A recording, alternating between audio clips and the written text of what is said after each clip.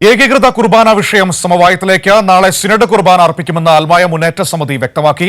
വിഷയവുമായി ബന്ധപ്പെട്ട ബിഷപ്പുമായി ചർച്ച നടത്തിയെന്നും അൽമായ മുന്നേറ്റ സമിതി. വിവരങ്ങളുമായി കീർത്തി ചേരുകയാണ്. കീർത്തി, നാളുകളായി തുടരുന്ന കുർബാന തർക്കത്തിൽ ഒരു സമവായത്തിന്റെ സാധ്യതകൾ തെളിയുകയാണോ?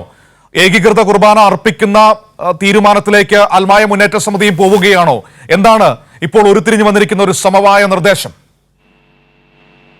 തീർച്ചയായും കുർബാന തർക്കം നാളുകളായുള്ള വർഷങ്ങളായുള്ള കുർബാന തർക്കം അത് സമവായത്തിലേക്ക് എത്തുന്നുവെന്നാണ് പ്രതീക്ഷിക്കുന്നത്. പ്രശ്നത്തിന് പരിഹാരം കാണുന്നതായാണ് ഇപ്പോൾ നമ്മൾ കരുതുന്നത്. ഇപ്പോൾ അൽമായ മുന്നേറ്റ സമിതിയുടെ പ്രതികരണമാണ് അല്പസമയം മുൻപ് വന്നത്. നാളെ ഏകീകൃത കുർബാന അർപ്പിക്കും. സിനഡിന്റെ തീരുമാനമനുസരിച്ചുള്ള 1999 സിനഡിന്റെ തീരുമാനം അനുസരിച്ച് നാളെ സിനഡ് കുർബാന അർപ്പിക്കുന്നതിനാണ്, അതായത് ഏകീകൃത അൽമായ മുന്നേറ്റ സമിതി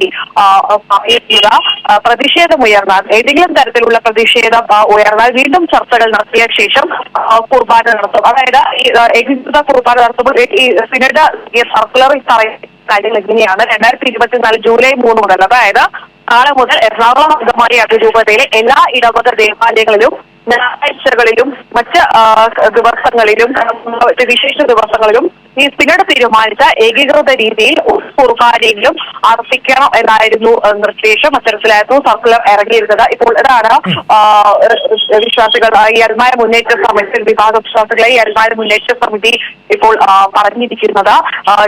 വ്യക്തമാണ്. ഏതായാലും ഒരു സമവായത്തിലേക്ക് കാര്യങ്ങൾ പോകുന്നു എന്നത് ആശ്വാസകരമാണ്.